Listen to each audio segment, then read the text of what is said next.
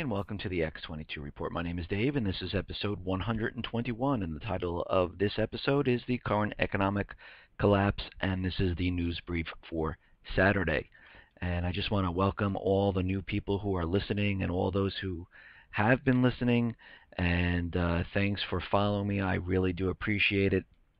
But let's get right into the economic collapse news. Now, Michigan Governor Snyder is going to veto the bailout for Detroit. He goes on to say that the state nor the federal government should simply write checks to take care of liabilities. I haven't asked, and I don't intend to ask, said Snyder in an interview, that he is not going to bail out the city. That's not his job. And he goes on to say, my job, the contract I signed, the covenant I have with the state and the governor doesn't say put the city on sustainable footing while taking into consideration the impact this might have on the broader general obligation market. And he is right. He should not, and the federal government should not, bail out and use taxpayers' money to bail out a city. At this point, it should go into bankruptcy, and there should be a fresh start. This goes for any city, any business that is run poorly. And we saw what bailouts do. They really didn't help anybody except the financial institutions at that time. And if the government or the city government is not doing a good job at managing the budget, all those people need to be cleared out, and a whole new group of people need to be put into place through the bankruptcy. And that's what needs to go on here. Okay, let's move on here. J.P. Morgan getting nervous about its silver inventories. Now you have to remember, yesterday we talked about J.P. Morgan might be removing the physical commodity from its business, and it was removing physical gold from its vaults, and they are under a probe about metal warehouse manipulation along with Goldman Sachs. And this is very interesting. In the beginning of this week, there were 2.2 million ounces withdrawal of silver from the COMEX.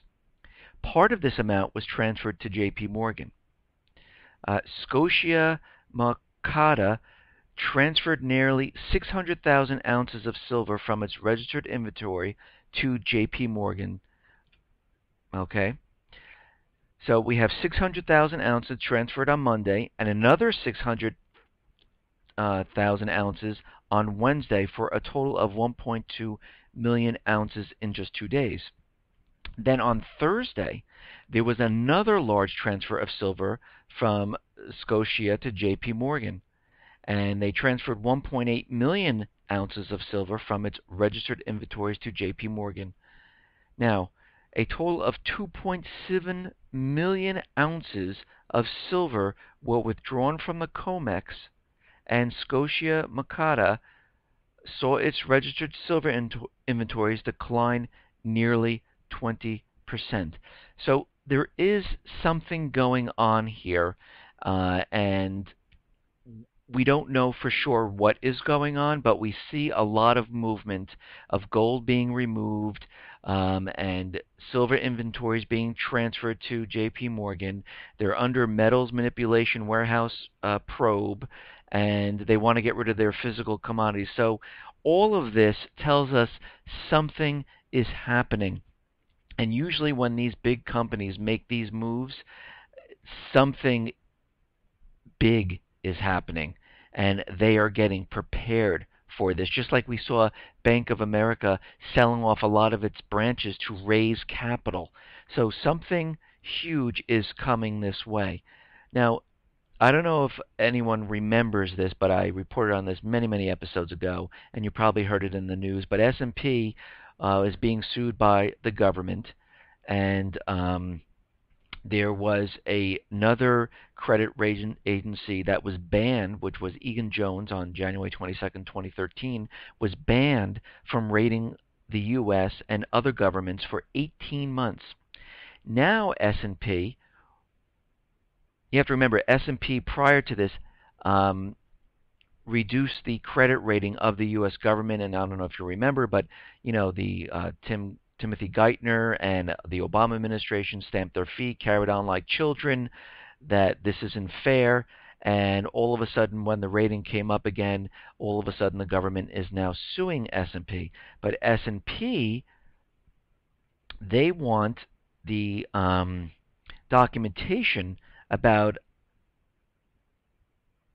why the government decided to file the lawsuit. And they want this information, and we will have to see if the government comes up with anything or just declines. If they decline to give this information, this is very serious, because then we realize why they really did it. And I just can't wait to see what comes out of this. Okay, let's move on here. Now, there's been a record high deposits in banks, and one might think that the American people are out there depositing all of their hard-earned money, but that is not the case. What is happening is from all the Fed money going into the banks, they are holding on to this cash, and it's increasing their deposits. And this goes on to say that the commercial bank deposits rose by $94 billion in the week ended July 17th, the fourth largest weekly increase in history, where the top two occurred in the days after the Lehman bankruptcy. And the total commercial bank deposits took it to an all-time high of $9.54 trillion. However, this is not due to money creation through private sector lending. As a total commercial bank loans and leases continue to languish at Lehman levels of just over $7.3 trillion, the entire difference can be attributed to the $2 trillion in excess reserves created by the Fed since the start of quantitative easing. So we can see that all of these banks are holding on to the money. They're not loaning money out, but their deposits and their reserves are getting higher and higher, financial reserves, to protect them against a collapse that will eventually be coming. Now, as we know, the United States was going to remove the soldiers from Afghanistan. And then there was a spokesman from the Obama administration saying no, they were going to stay there.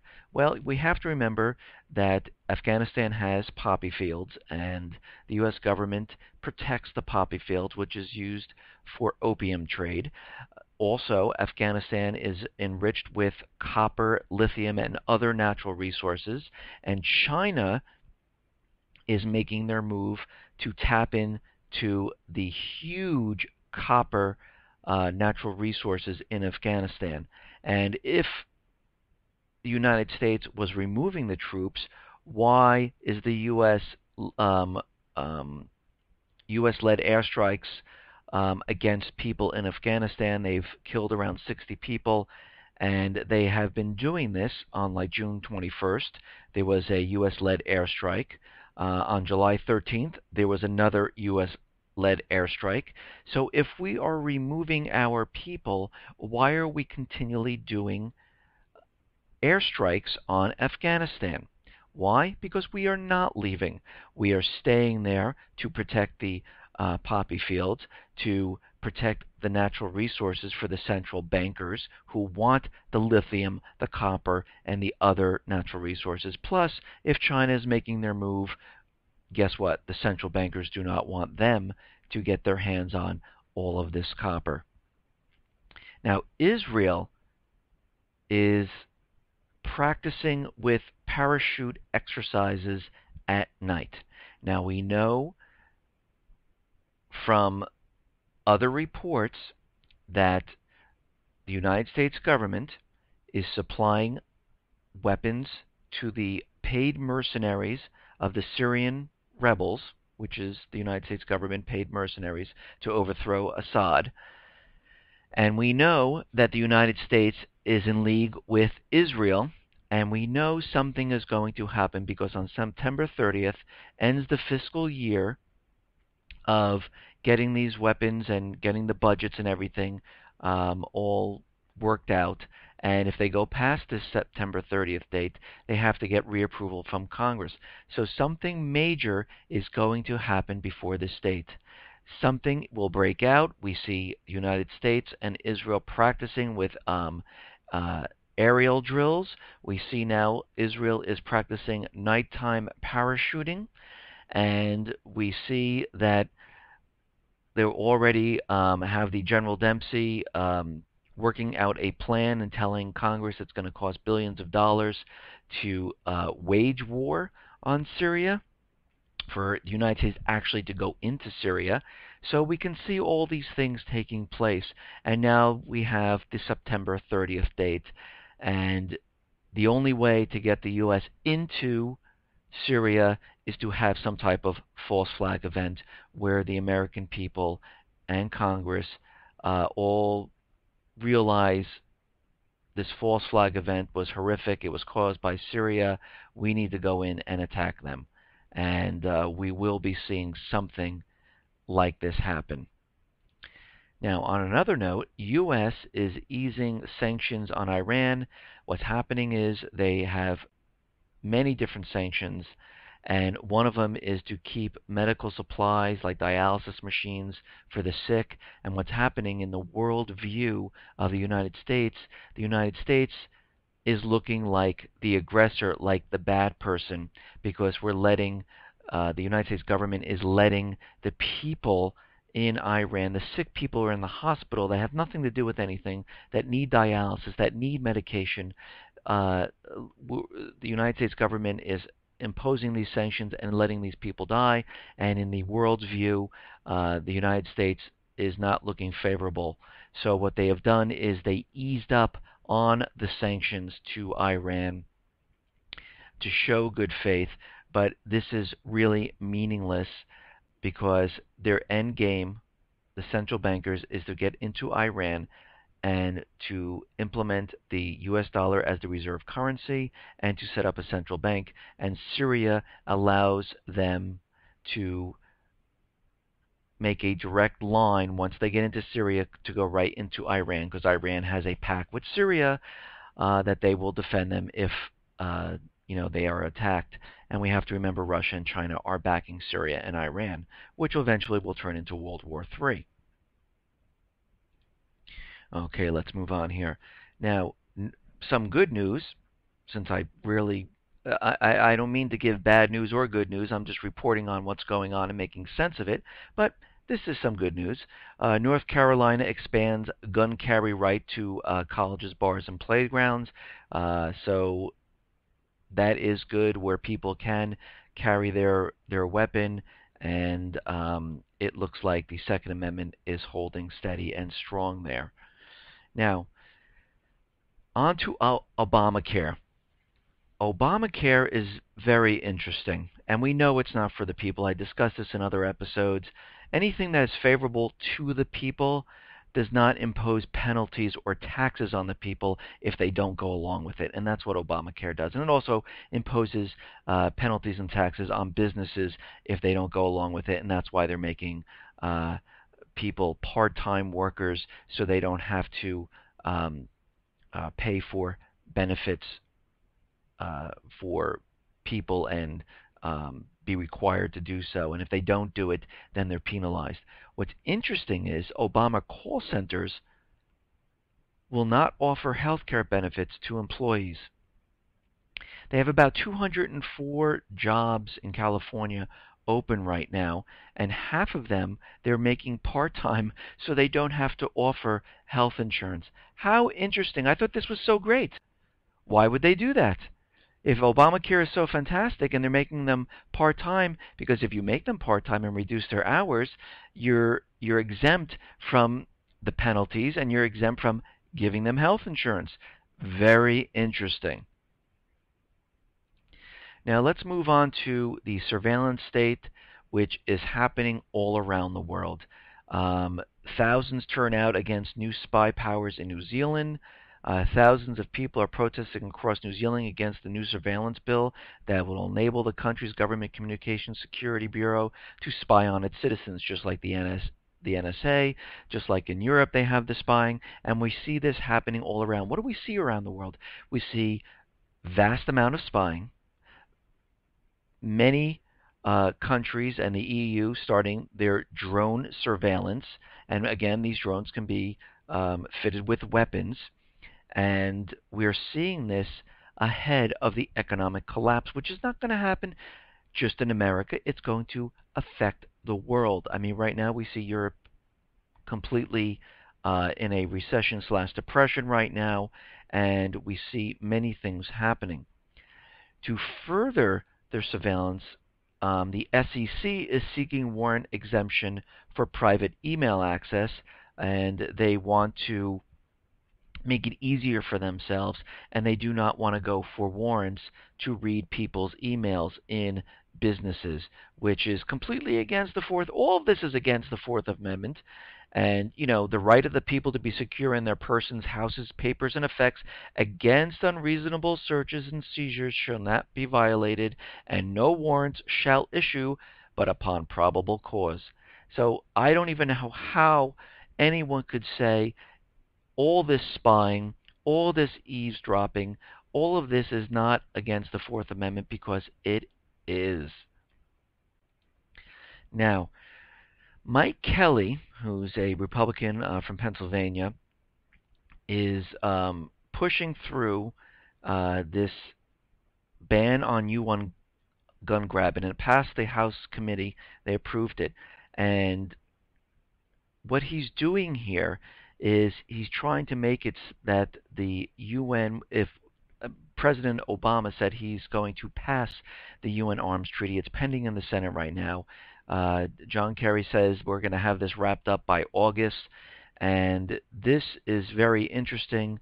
And what he has done is a letter has been signed by a total of 130 members of Congress, including Armed Services Committee Chairman Buck McKeon, Judiciary Committee Chairman Rob Goodlatte, and Rules Committee Chairman Pete Sessions, and declares all the signatories' opposition to both the ratification of the Arms Treaty and any effort to treat it as internationally or domestically binding upon the United States. The Arms Treaty is not at all the America's interests, and it's not part of America and the Second Amendment. Several provisions of this treaty significantly diminish the scope of the right to keep and bear arms. And it goes on to say that the Arms Treaty grants monopoly over all weaponry in the hands of the very entity responsible for over 300 million murders in the 20th century. Furthermore, the treaty leaves private citizens powerless to oppose future slaughters.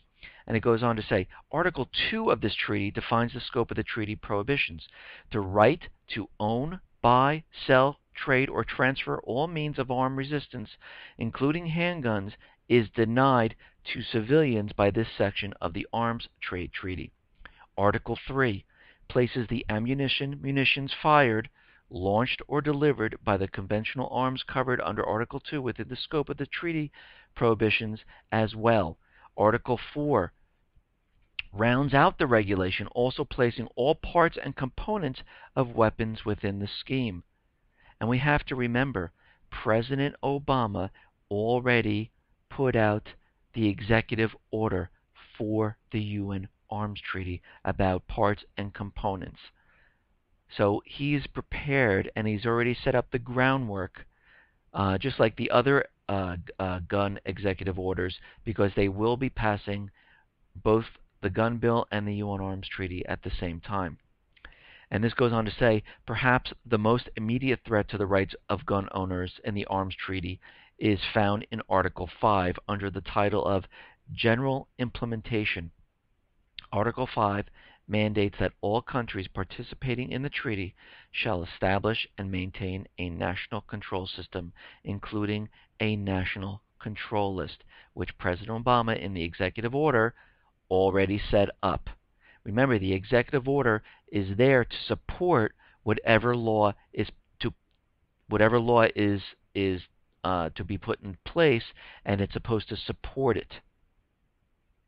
And Article 12 adds to the record keeping requirement mandating that the list include the quantity, value, model type, authorized international transfers of conventional arms, as well as the identity of the end users of these items. And finally, the agreement demands that the national government take appropriate measures to enforce the terms of the treaty, including civilian disarmament. If these countries can't get this done on their own, Article 16 provides for UN assistance, specifically including help with the enforcement of stockpile management, disarmament, demobilization, and reintegration programs. So we can see that this is starting. They have this pending in the Senate. We know the president already set up the executive orders. We know that John Kerry and the president already said they're going to pass this. They are making their move. They are making their move to confiscate and to make a huge database so they know where all the gun owners are. And this is completely against the Second Amendment. I'm sorry, that's not his name. Yes, it is. Mike Kelly is trying to stop this and put this off, and we'll see how well this works out. Now, the EU is planning to own and operate spy drones, and the European Union is planning to own and operate spy drones, surveillance satellites, and aircraft as part of a new intelligence security agency under control of Baroness Ashton. The use of the new spy drones and satellites for internal and external security policies, which will include police intelligence, the internet, protection of external borders, and maritime surveillance. And we can see this happening all around the world. Everyone is moving to the drones. Everyone is moving to surveillance. Everyone is moving to spying because they know in the end the economic collapse is going to happen. They need to keep an eye on everything, and we will all be living under a police state. Now, there is a new internet law proposed, and what this will do, and we have to remember, way back I mentioned that the central bank and the government want to do two things. They want to control the flow of money and the creation of money, and they need to control the flow of information. They already control the mainstream media. 5 corporations already own that. The last thing is to control the internet and the flow of information. So, under this new proposed law, it will be a misdemeanor to use your work computer to email your friends. If you check the score of a ball game, it will be a misdemeanor. If you make reservations for dinner, if you check your Facebook account, you could be fined, taxed, or go to jail. The law which criminalizes such behavior is called the 1986 Computer Fraud and Abuse Act, and if the Department of Justice gets its way, they want to make misusing your computer in any way a felony under the exceeds authorized use of any computer, including your own personal computer.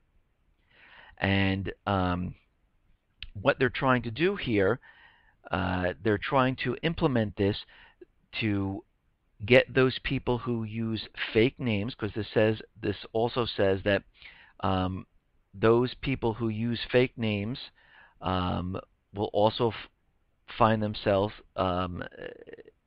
with a fine of some sort. If you're using an online dating website and you lie or fake something, you will also be fined. If you embellish your resume and send it through the internet and if things are not true there, you will be fined or prosecuted, depending on what they're going to do. And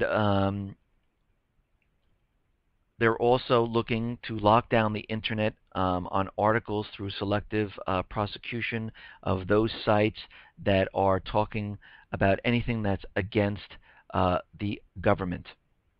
So they are looking to control the internet completely. And they are doing this with CISPA, which is also pending in the Senate. And we are definitely looking at a surveillance state. We see this happening all around the world, especially with the NSA spying on everyone. All our rights are pretty much out the window. The Fourth Amendment doesn't matter anymore. Now the First Amendment with this bill, the UN Arms Treaty, um, and the gun bill is the last thing they're trying to get through, and they are doing all of this for the eventual economic collapse. We see wars building all across the world. Things are being pushed and accelerated because the collapse is coming, and they need to get a war started to cover the eventual collapse. And that's why we all need to be prepared and ready for all this. Um, and that's it. So, everyone, thank you for listening. Everyone, be well, be safe, and especially be prepared. Thanks a lot.